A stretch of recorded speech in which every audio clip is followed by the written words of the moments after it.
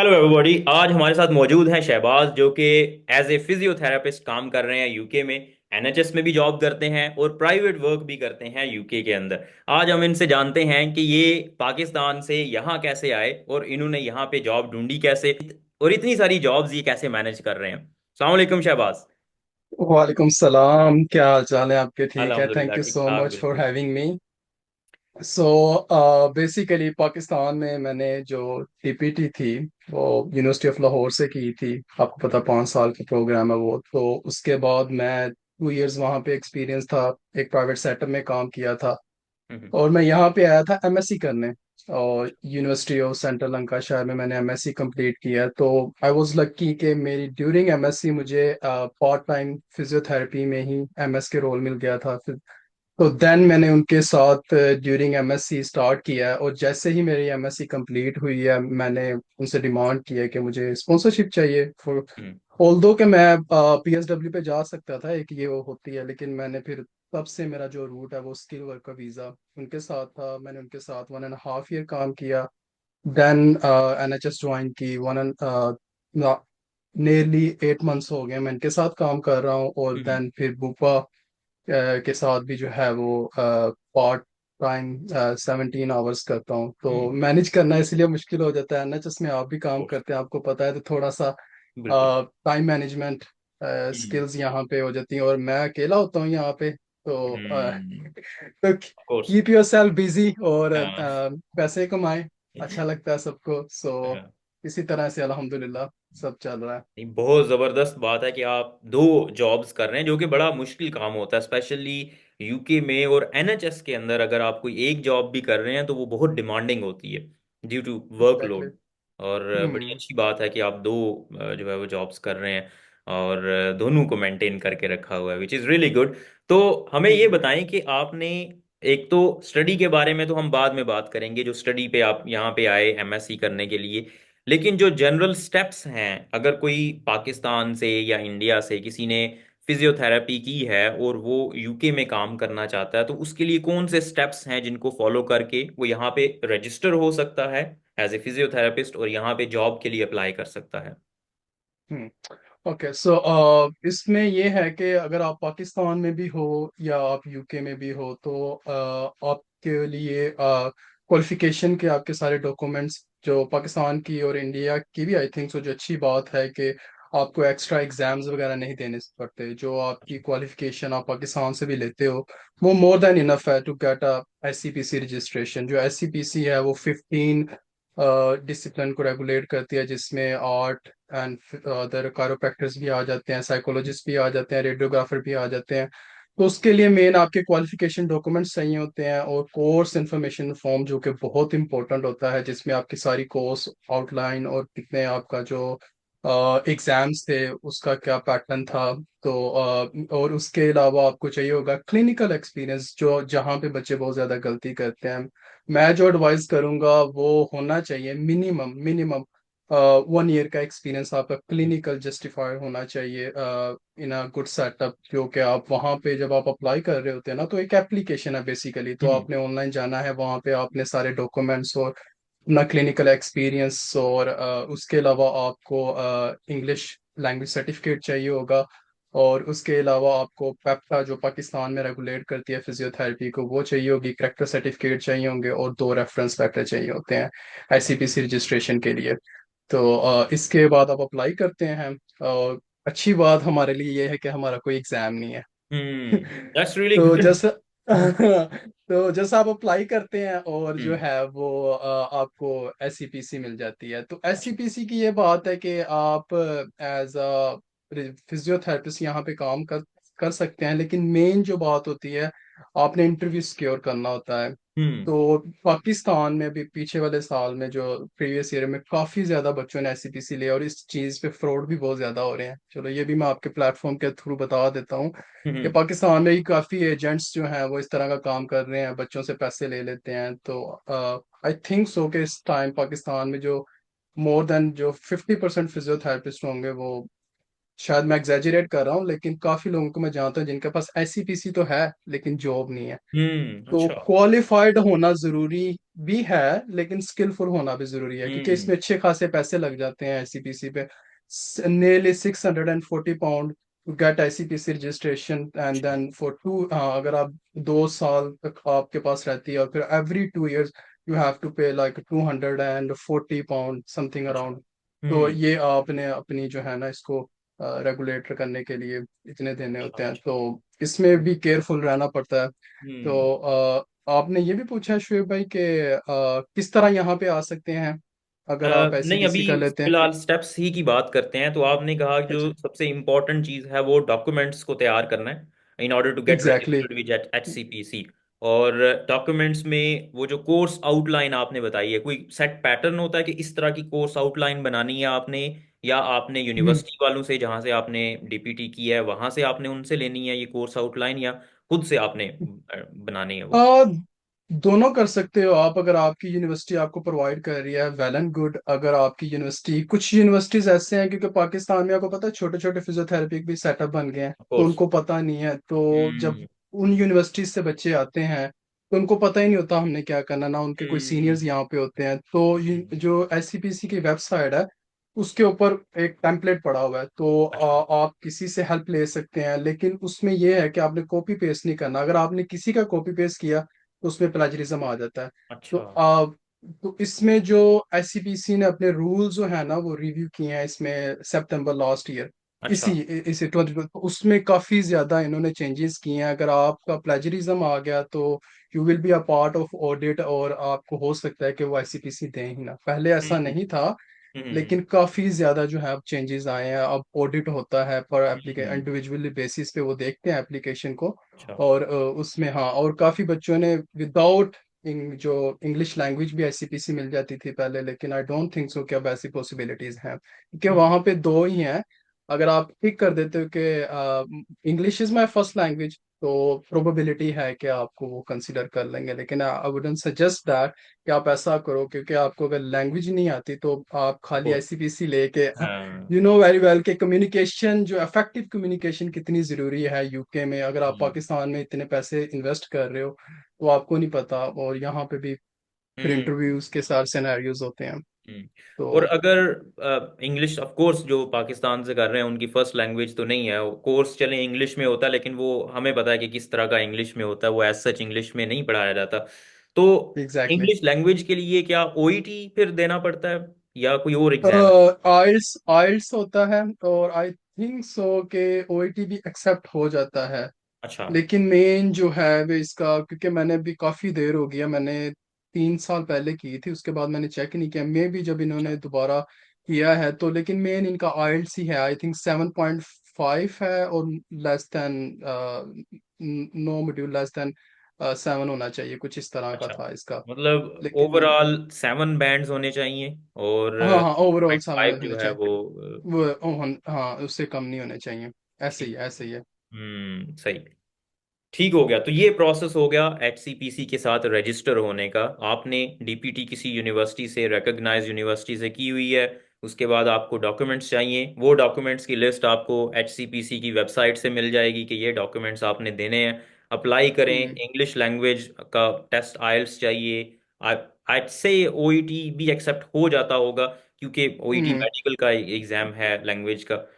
लेकिन आप चेक कर सकते हैं, अगर नहीं तो फिर IELTS का एग्जाम दे के तो फिर आप रजिस्टर हो सकते हैं। फिर उसके बाद रजिस्ट्रेशन हो गई है आपकी। अब बताएं कि आगे के स्टेप्स क्या हैं। जॉब, अच्छा, ये इसमें टाइम कितना लगता है रजिस्टर होने के लिए, कितना टाइम लग जाएगा? Entirely depends on your luck. मैं ऐसे लोगों को भी जानता हूँ जिनकी SCPC within a week, 2 week आई है, और तो कुछ ऐसे लोगों को भी जानता हूँ कि जिनकी एससीपीसी उनको लेने में मोर देन 6 मंथ्स लगे हैं।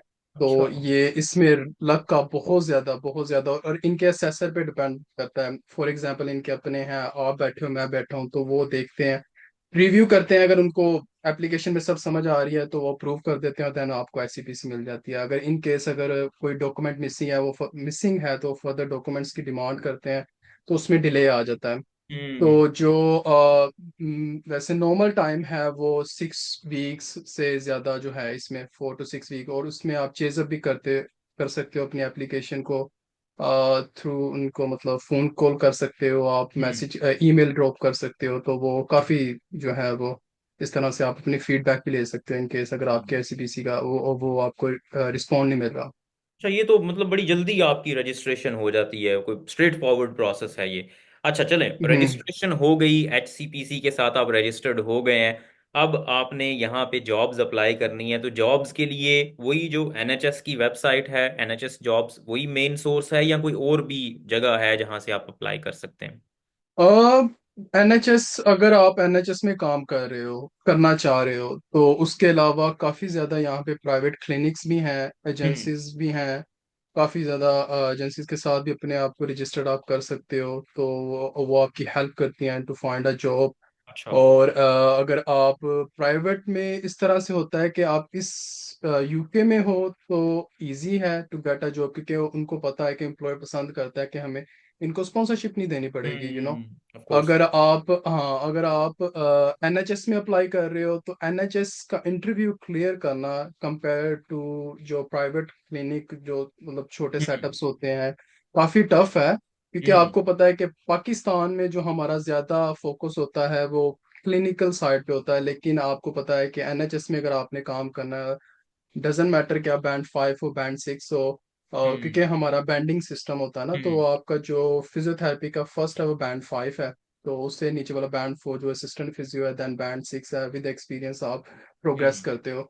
हम्म। तो इसमें यह है कि फिर आप में अच्छी लीडरशिप क्वालिटीज भी होनी चाहिए, कम्युनिकेशन क्वालिटीज भी होनी चाहिए जो रिफ्लेक्ट करें आपकी पर्सनैलिटी से। तो आपने विद रियल लाइफ एग्जांपल्स देनी होती हैं कि हम्म। आप ओपन हो फॉर कंस्ट्रक्टिव क्रिटिसिज्म, क्योंकि हम पाकिस्तानियों को सब आ रहा होता है क्योंकि हमने वो डिग्री किया है। आप हम्म। क्लिनिकल क्वेश्चंस में आप कोशिश करते हो कि मैं इसको टैकल कर लूं किसी तरह से भी रॉन्ग आंसर देके, जो कि एम्प्लॉयर एक्सपेक्ट नहीं कर रहा होता ऐसा।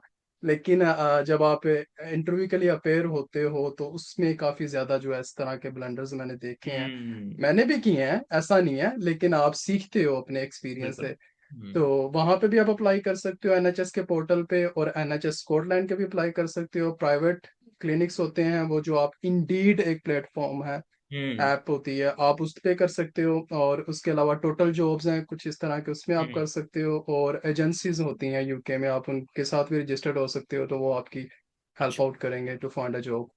सही।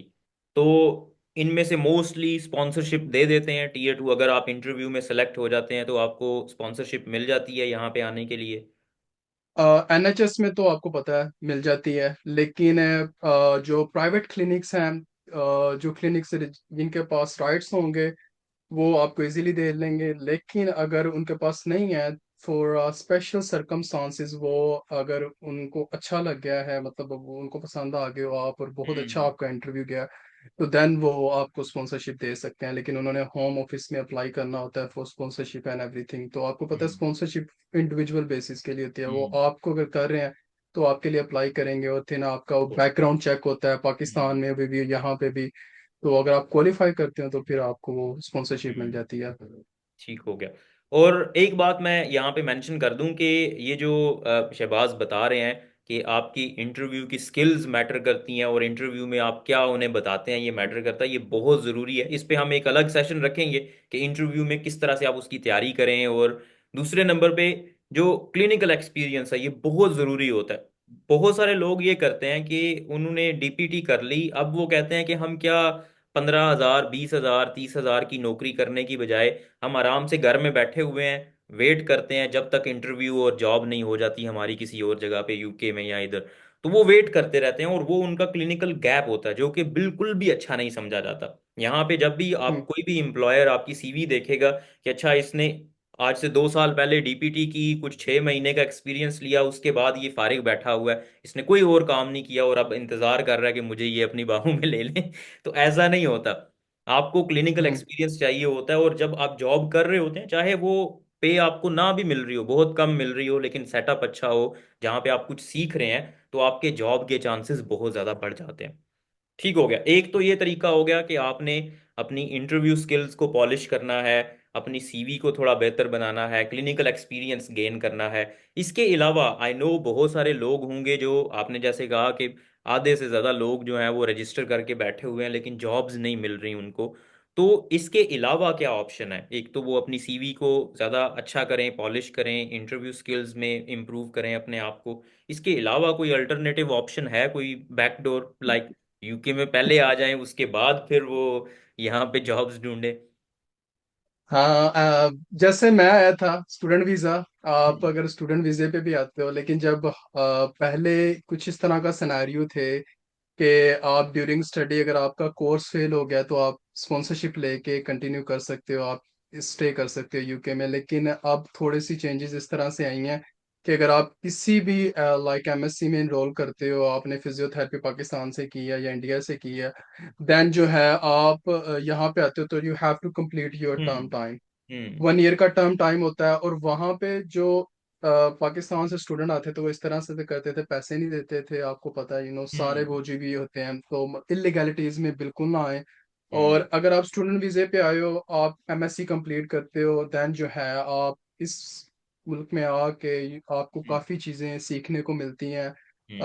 आपकी पर्सनालिटी बिल्ट होती है, एक ये होता है। दूसरा ये होता है कि अगर आप किसी से शादी कर लें और हाँ, डिपेंडेंट वीजे पे यहाँ फिर पे यहाँ आ पे जाए, आ जाए। फिर वहां पे आ जाए, और देन आपको जो है वो हाँ। एज अ फिजियोथेरेपिस्ट यहाँ पे काम कर सकते हो। हम्म। तो मुझे तो अभी तक यही वाले रूट पता है। और कुछ मेरे मतलब एक दोस्त है वो पाकिस्तान से ही वर्चुअल फिजियोथेरेपी का काम कर रहा है, कुछ ऐसी कंपनी है एक अच्छा। दो यूके में। हम्म। लेकिन वो वेरी डिफिकल्ट है। उसमें ये है कि जो अब मैं भूपा के साथ कर रहा हूँ वो अलाउ नहीं करते आप अ, इसी लाइक हम्म। यूके में रह के आपने काम करना होता है, आप अब्रॉड से काम नहीं कर हम्म। सकते। हम्म। क्योंकि अगर इन केस आप किसी भी एक्टिविटीज में इन्वॉल्व होते हो तो वो किस तरह से आपको ऑफ देख कोर्स। सकते हैं। तो मुश्किल हो ये जाता है वाले बिल्कुल। पाथवेज हैं। हाँ, हाँ, ये हम्म। पाथवेज हैं। अगर आपको कुछ पता है तो मुझे भी बता दें, कोई वो नहीं बैकडोर मुझे वाले।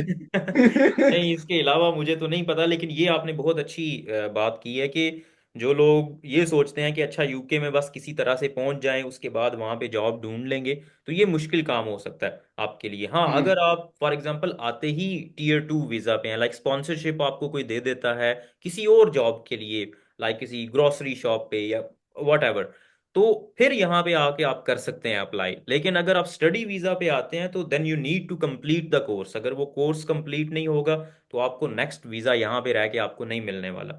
इसलिए ये बहुत हम्म, जरूरी है कि अगर आप कोर्स करने आए हैं, स्टडी वीजा पे आए हैं, then you need to keep in mind कि वो पूरा कंप्लीट करना है और पास करना है, फिर ही आपकी जान छूटेगी और आगे आपको अपॉर्चुनिटीज मिलेंगी।